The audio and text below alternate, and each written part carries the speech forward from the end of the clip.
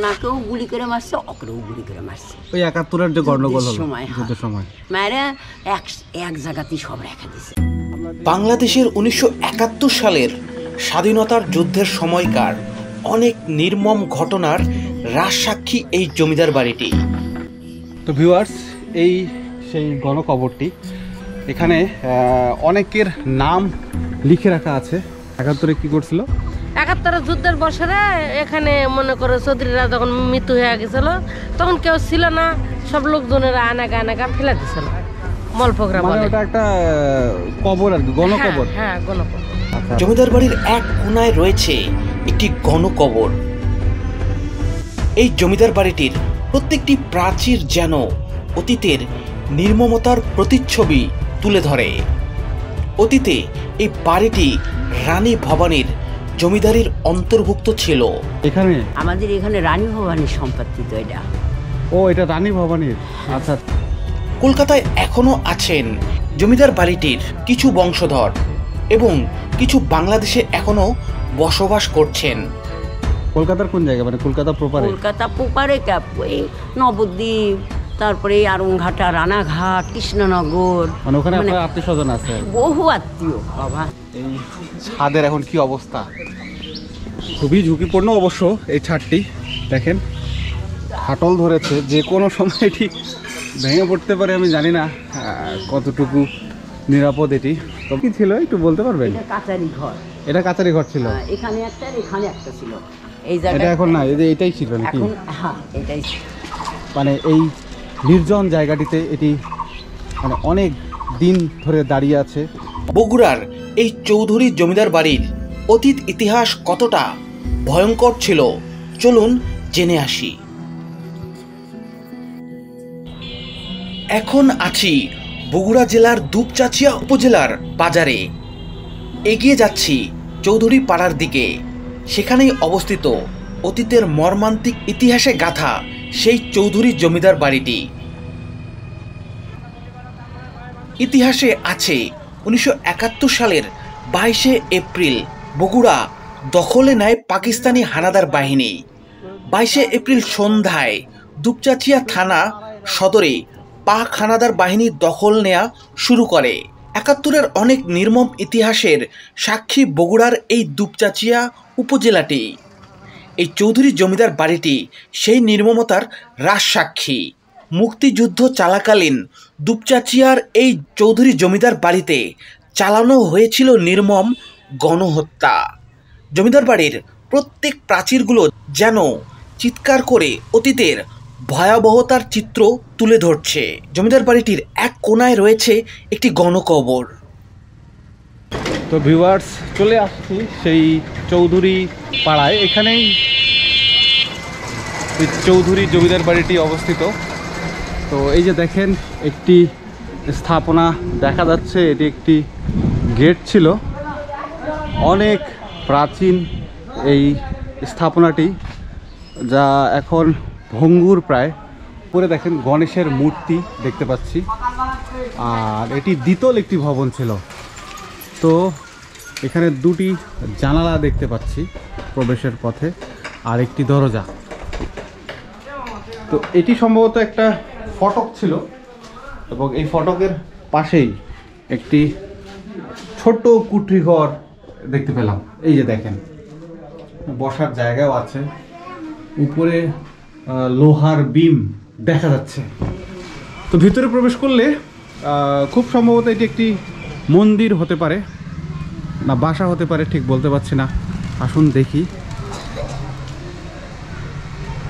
অনেক কারুকার্য করা আছে এখানে। এই যে, এটা কি মন্দির? কি মন্দির এটা? দুর্গা মন্দির। তো ভিউয়ার্স, এটি হচ্ছে একটি দুর্গা মন্দির। উপরে দেখেন দুটি সিংহ তৈরি করা আছে। আর এই মন্দিরটি এখন খুব ভালো অবস্থায় আছে। এই মন্দিরটি রং করা আছে। এটি পরে মনে হয় মেরামত করা হয়েছিল। অনেকগুলো কারুকার্য বাইরে থেকে দেখা যায়। এই যে দেখেন, আবার উপরে আমি আরেকটি গণেশের মূর্তি দেখতে পেলাম। দুর্গা মন্দির। তো এইখানে জমিদার বাড়ি কয়টা সর্বমোট? বাবা একটাই। হ্যাঁ আমাদের এইটাই, আমাদের সব পূর্বপুরুষরা তো মারা গেছে, মারা গেছে। আবার ইন্ডিয়া চলে গেছে। ইন্ডিয়ার জায়গাটা আর কি 3 তলা 4 তলা বিল্ডিং সব। আচ্ছা আর আচ্ছা, এখানে আমরা যারা আছি বুঝতে পারছি। আমাদের দুর্গা পূজা হয় এখানে, গোজনের ঘট হয়, আচ্ছা, কালী পূজা হয়। আপনাদের বংশধররা কি ভারতে আছে? এই যে সব আছে ওই যে। ও এখানে আছে, এখানে থেকে মানে এখানে মোট একটাই জমিদার বাড়ি। একটাই জমি। প্রতিষ্ঠাতাকে এই জমিদার বংশের? প্রতিষ্ঠাতা তারা তো পাইয়াই গেছে অনেক দিন, আমাদের পূর্বপুরুষেরা। আমার শ্বশুরের অর্কের ঠাকুর দাদাকে সব পূর্বপুরুষ। ও পূর্বপুরুষ। হ্যাঁ পূর্ব। ওনার নাম জানেন কি? ওনার নাম শ্যাম কিশোর চৌধুরী, আছে তোমার পুকুরে থাকছি লেখা নাম আছে। শ্যাম কিশোর চৌধুরী। ও প্রসন্ন চৌধুরী, শ্যাম কিশোর চৌধুরী। মানে একজনের নাম যদি বলতে হয় তাহলে কার নাম বলবেন? শ্যাম কিশোর চৌধুরী। শ্যাম কিশোর চৌধুরী। তো ওনাদের আগমন কি কলকাতা পশ্চিমবঙ্গ থেকে হয়েছিল নাকি? না এখানে, এখানে আমাদের এখানে রানী ভবানীর সম্পত্তি তো এটা। ও এটা রানী ভবানীর। আচ্ছা আচ্ছা, মানে রানী ভবানীর অন্তর্ভুক্ত ছিল আর কি রানী বলা যায়। ভবানীর সম্পত্তি নাটোরের। নাটোরের। রানী ভবানীর সম্পত্তি রাজারা আগে, নাটোরে তো রাজার বাড়ি, রাজারা জমিদার গ্রামে গ্রামে জমিদার সব দিছে বাবা। ও এই বইয়ের মধ্যে বই পড়োনি তোমরা? যেমন আমি একটা কথা বলি, সেটা হচ্ছে এই চৌগ্রাম একটা জমিদার বাড়ি ছিল। চৌগ্রাম, মাদলা, গোপীনাথপুর, অনেক জায়গাতেই আছে বাবা। ও আচ্ছা, মানে রানী ভবানী গ্রামে তাহলে গ্রামে সব জমিদার গলে অবস্থিত করছে। মানে এদের কাছ থেকে গরিব মানুষ সবার থেকে কর যেরকম খাজনা আদায় করে না, কর আদায় করে ওরা আবার ওই রাজার বাড়ি ওখানে পাঠাই দিচ্ছে। তাহলে আমি যদি বলি রানী ভবানীর কি বংশধররা ছিলেন না রানী ভবানীর রানী আন্ডারে ভবানীর ছিলেন? সন্তানই আসিল না। ও আচ্ছা, রানী ভবানীর সন্তান ছিল না। না, তাহলে বলা যায় যে রানী ভবানীর অন্তর্ভুক্ত ছিলেন আপনারা, মানে ওদের হ্যাঁ, আগেকার দিনে তো তাই আসিল। এখন তো আমরা অত আলোচনা করি না। কর কর খাজনা তাদেরকেই আপনার পরিশোধ দিচ্ছিল করতেন। দিচ্ছিল মানে রানী ভবানীকে পরিশোধ করতে। হ্যাঁ ওদের ওখানে দিচ্ছিল। এই তোমার নাটোরে। তোমাদের বাড়ি কোথায় বাবা? ওদের বাসা মেলা সৈয়দপুর। সৈয়দপুর। জি। বুঝেছি। ও তো আচ্ছা। এটা কি ছিল একটু বলতে পারবেন? এটা কাচারি ঘর। এটা কাচারি ঘর ছিল। এখানে একটা আর এখানে একটা ছিল। এই এটা জায়গায় এখন না, এটাই ছিল নাকি? এখন হ্যাঁ এটাই ছিল। এখন এখন আমি এই কাচারি ঘর ওই আমাদের পার্টি করে যারা চলে গেছে না, ওখান থেকে সব মুসলমান মানুষ আসছে, তারা ওদের বাহিরে আবার জায়গা দিছিল। তখন এই এরিয়ার মধ্যে দিছিল না জায়গা। হ্যাঁ তখন আবার ওই বাহিরেই জায়গা দিছিল তাদের। তো আপনার যে ওনারা যে ছিলেন, ওনারা কি যে 71-এর আগে চলে গেছেন নাকি না 47-এর পরে? কে সেটা? ওই যারা গেছে হ্যাঁ, এইটা 71-এর না, পাকিস্তান আমলে গেছে। পাকিস্তান আমলে দেশ ভাগ যখন হয় তখন, মানে 47-এর পরেই তারা হ্যাঁ চলে সেই গেছে। দেশ দেখুন ভাগা। এই যে রাইট টাইট লাগছে তোমাদের, তোমরা তো সেই সময় মনে হয় হওনি। যাই হোক, তোমরা তো বাচ্চা সবাই যে শান্তাহারে রাইট ছিল বাবা, রাইট হয়েছিল, তখনই ওরা চলে গেছে। আচ্ছা আচ্ছা আচ্ছা। তখনই ওরা যায়, ওরা কলকাতাতে, ওরা সব আমি গেছি ওদের মানে বাড়ি। কলকাতায় তো এখন আপনাদের হ্যাঁ আমাদের আত্মীয়স্বজন আছে? বংশধর ওদের আমার দেখার খুব ইচ্ছা ছিল, যে বংশধর দেখে আসি, ছেলে পেলে তবে গা বংশের মতন হবে। কলকাতার কোন জায়গা, মানে কলকাতা প্রপারে? কলকাতা পোপারে ওই নবদ্বীপ, তারপরে আরংঘাটা, রানাঘাট, কৃষ্ণনগর, মানে ওখানে আপনার আত্মীয়স্বজন আছে? বহু আত্মীয় বাবা। তাহলে এখন এই জমিদার বংশের কয়টা পরিবার এখানে থাকে? এখানে এই 1টা 2টা 3টা 4টা পরিবার। 4টা। তাহলে এখন পুরাতন ভবনের মধ্যে এটা একটা, এইটা একটা আছে, এখন তাও আবার বিক্রি হয়ে গেছে, এখন সব বিক্রি করছে যারা কিনেছে। আর এইটা একটা কাচারি বাড়ি। এটা কাচারি ঘর। আর এই যে মন্দিরটা, এটা এটা দুর্গা মন্দির। মানে এটা কি আগে থেকে ছিল না পরে বানাইছে? না এইটা আগের থেকেই আগে থেকে আজকের ছিল, না, কিন্তু পরে এটা সংস্কার করছে নাকি? সংস্কার করছে। সংস্কার করছে। ওই পূজা করা লাগে। ওইটাও কি জমিদার বাড়ির ভবন ছিল? এটা হ্যাঁ হ্যাঁ। আমাদেরই একসঙ্গে বাড়ি, এটা ও। আমাদেরই এরিয়া। তাহলে কত বড় জায়গা নিয়েছিল এই জমিদার বাড়িটা? এটা অনেক বড় বাবা। ওইদিকে যায় দেখো গা, ওইদিকে এখন ওখানে ইয়া করিছে তোমার, মরিছে যে যুদ্ধের সময় মারিছে, তারপরে ওখানে গভর্নমেন্ট থেকে ইয়া করে দিছে তোমার, আর সুন্দর করে দিছে। তো এইগুলা ভবনে কি ঢোকা যাবে? আমাদের পুকুর, এই সামনে পুকুর দেখো, পুকুরে? সেই সুন্দর পুকুর। না বলছিলাম এই ভবনে কি ঢোকা যাবে? হ্যাঁ ভিতরে যাওয়া যাবে, লোক থাকে না? আছে লোক আছে, তো পারমিশন দিবে, অনুমতি দিবে? অসুবিধা নাই। দেখুন তো ভিউয়ার্স, আমরা এখন এই জমিদার বাড়ির একটি ভবনে যাচ্ছি, মানে ওখানে এক পরিবার বসবাস করে। মানে আপনি তাহলে বংশধরই হচ্ছেন, যিনি যার নাম বললেন, ওনার কে হন আপনি? এই যে জমিদারের নাম বললেন? নাতি পোল নাতি। ও বোঝো আচ্ছা এখন। আচ্ছা, মানে আপনার মানে বড় আব্বা বল, বংশধর। আপনি ওনাকে বড় আব্বা বলতেন? আমার শ্বশুরের হচ্ছে তারা শ্বশুর। আচ্ছা আচ্ছা আচ্ছা। আপনার নাম কি ছিল? আমার শ্বশুরের নাম শ্যামকিশোর। এটা প্রবেশ পথ নাকি এই যে এটা? তো ভিউয়ার্স, এখানে এখন পরিবার বসবাস করছেন, এই জমিদার বংশধরের যারা আছেন। তো আমরা ভিতরে প্রবেশ করি। দেখেন এই গেটগুলো দেখলেই বোঝা যায় যে কতটাই প্রাচীন এই স্থাপনাগুলো। উপরে কারুকার্য দেখতে পাচ্ছি। এই যে দেখেন কত প্রাচীন একটি জানালা এখানে দেখা যাচ্ছে। এরা তাহলে এই যে বাড়ির স্থাপনাগুলো যেটা দেখছি, এগুলো কতদিন আগে তাও তৈরি করছে? এইটা পাকিস্তান আমার এই সব পাকিস্তান আমলে তৈরি। মানে বলা যায় যে 100 বছর পার হবে না? তা তো হবেই। তাও হবে। এটা কি থাকার ঘর ছিল? হ্যাঁ হ্যাঁ, এগুলো সব থাকে। এর উপরে যাওয়া যায় না? উপরে ছাদ। যাওয়া যাবে? তাহলে তো ভিউয়ার্স, উপরে উঠি, চলুন দেখি এই ছাদের এখন কি অবস্থা। খুবই ঝুঁকিপূর্ণ অবশ্য এই ছাদটি। দেখেন ফাটল ধরেছে, যে কোনো সময় এটি ভেঙে পড়তে পারে। আমি জানি না কতটুকু নিরাপদ এটি। তবে উপরে ওঠার পর এই ছাদটিতে একটি রাজকীয় ভাব দেখতে পাচ্ছি। মানে জমিদারি যে একটি ভাব থাকে পুরাতন স্থাপনাগুলোতে, সেটি বোঝা যাচ্ছে। এবং ঠিক পাশেই আরেকটি দেখেন প্রাচীন আরেকটি ভবন। এখান থেকে দেখে বোঝা যাচ্ছে অনেকগুলো নকশা। আর ওই যে লোহার যে গ্রিলগুলো দেখছেন, সেগুলো সেই প্রাচীন যুগের, মানে সেই 100 থেকে 150 বছর পুরনো জমিদার বাড়িগুলোতে যে ব্যবহার করা হতো সেগুলোই। উপরের পাশের যে ইটগুলো, সেগুলো হয়তো বা পরে আবার স্থাপন করা হয়েছে। আরেকটি ছাদ এই পাশের ভবনটিতে। চলুন দেখি সেই ছাদটিতে যাওয়া যায় কিনা। তো এখান থেকে এই জমিদার বাড়ির যে উঠান, সেটি দেখা যায় কিছুটা। এই যে দেখেন। তো ভিউয়ার্স, এইখান থেকে নামাটাও খুবই ঝুঁকিপূর্ণ। দেখেন একেবারে খাড়া সিঁড়ি। এত ঝুঁকিপূর্ণভাবে সিঁড়িগুলো কেন তৈরি করা হতো সেই আগেকার যুগে, আমি সেটা বুঝতে পারি না। এটাতে অনেক বিপদ ঘটতে পারে। তবু আমরা নিচে নেমে দেখি আর কি কি আছে। এখানে এই কক্ষটির একটি বারান্দা, আসেন দেখি। এই যে প্রাচীন একটি দরজা, এখানে দেখেন একটি ছোট একটি বারান্দা এবং এখানে একটি কক্ষ।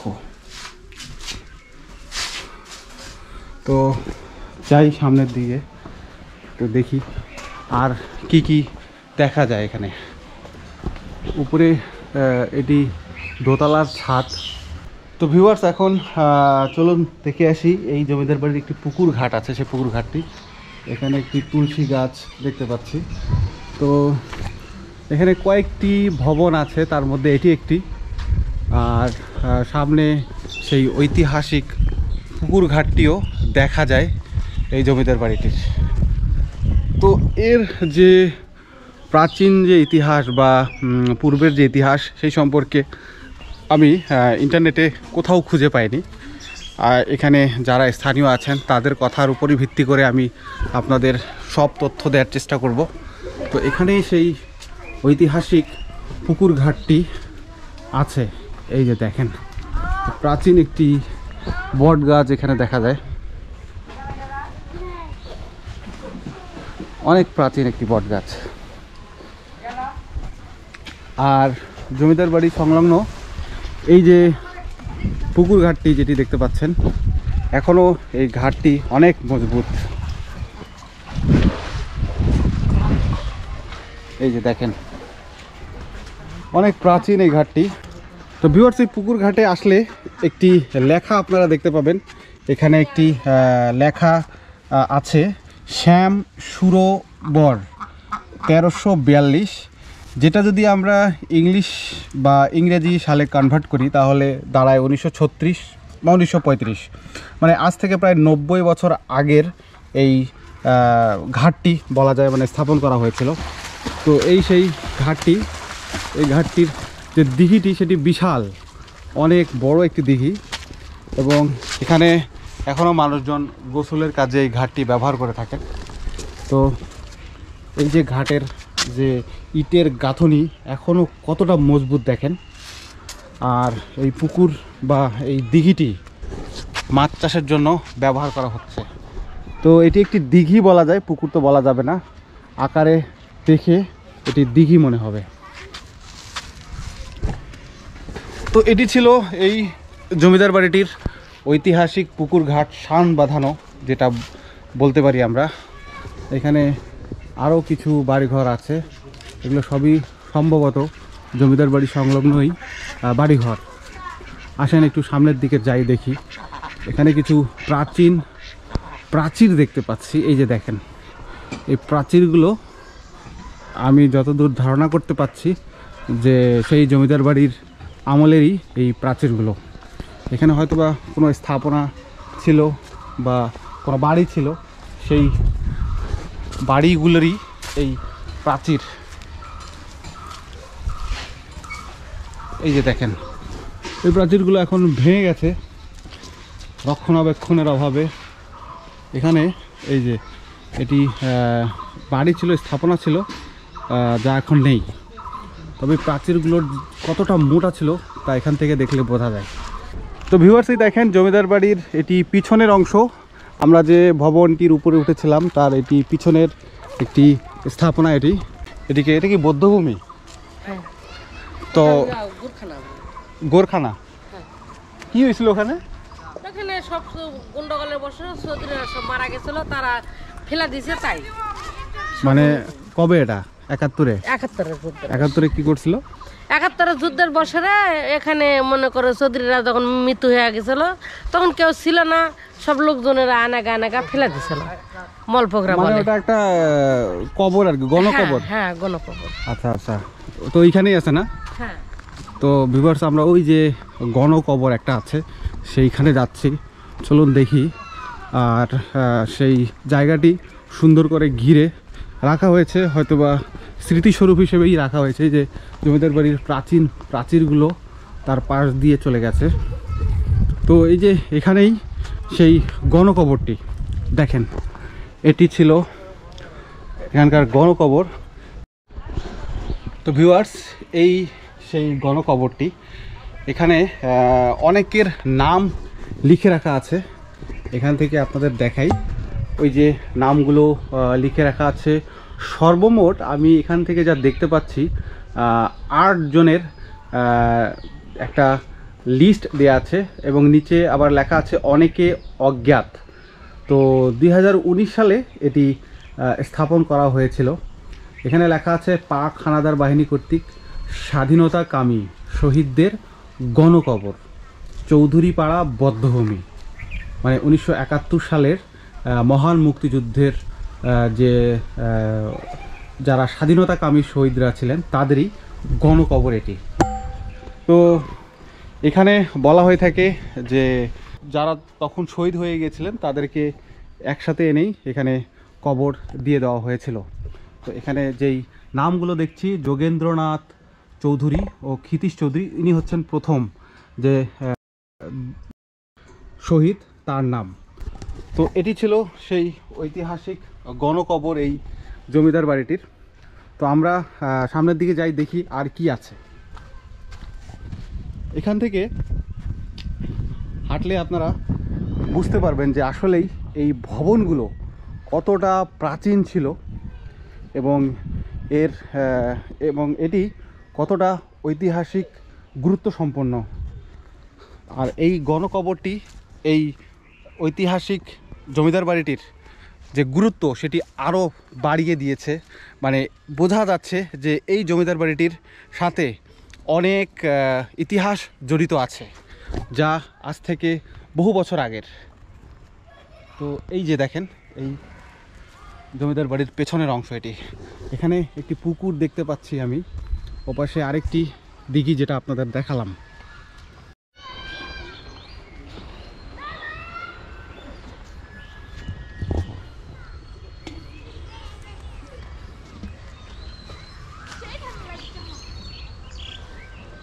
তো ভিউয়ার্স, এই যে বাড়িটি, তার বিস্তৃতি বেশি ছিল তা এই যে এখানকার এই ধ্বংসাবশেষ দেখলে বোঝা যায় এটি একটি সম্ভবত শৌচাগার হতে পারে, যেটা দেখে আমি অনুমান করছি। তো এই জায়গাগুলোতেও হয়তোবা সেই সময় কিছু স্থাপনা ছিল যা এখন নেই।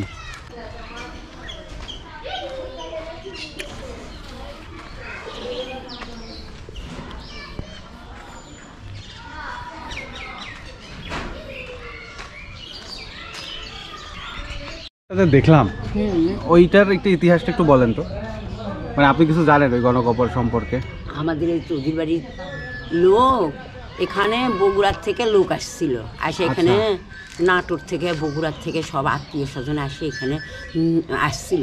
তো উনি ওনাকেও গুলি করে মারছে, ওকেও গুলি করে মারছে। ওই 71-এর যে গন্ডগোল হলো সময় যুদ্ধের সময় মায়েরা এক জায়গাতেই সব রেখা দিছে, মানে ওইখানে সবাইকে একসাথে দাফন করে দিছে। হ্যাঁ রেখা দিছে, যে এতদিনে ওই যে ওগুলা সব করেছে ওরা। আচ্ছা, পরে ওটাকে গণকবর হিসেবে ঠিক করছে আর কি। জমিদার বাড়ির পুরনো স্থাপনাগুলো আস্তে আস্তে বিলীনের পথে। আধুনিকতার ছোঁয়া যেন অতীতের জৌলসকে আস্তে আস্তে নিঃশেষ করে ফেলছে।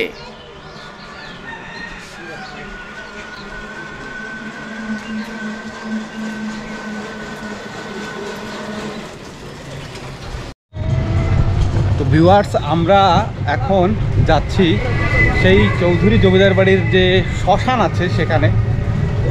ওখানকার স্থানীয়রা বললেন যে আপনারা যাওয়ার আগে শ্মশানটি দেখে যান, সেটিও অনেক ঐতিহাসিক একটি জায়গা। তো সেখানেই আমরা যাচ্ছি, গিয়ে দেখি সেখানে কি দেখতে পাই। তো চলে আসলাম সেই বেড়াই মহাশ্মশান কালীবাড়ি দুপচাচিয়া, এখানেই না, হাটের সামনে যাব। তো গলি পথ দিয়ে এগিয়ে যাচ্ছি সেই শ্মশানটির দিকে। কত দূর ভাই এখান থেকে, কত ভিতরে? অল্প, মানে এটা কি এই জমিদার বাড়ির সংলগ্ন শ্মশান নাকি, মানে জমিদার বাড়িরই শ্মশান ছিল চৌধুরী জমিদার বাড়ি?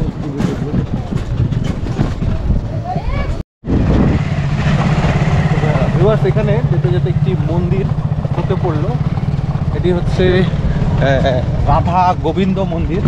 তো ভিউয়ার্স, এগুলো হচ্ছে শ্মশান, আর অনেকগুলো শ্মশানের যে উপরে যে স্থাপনাগুলো তৈরি করা হয় সেগুলো তৈরি করে রাখা আছে।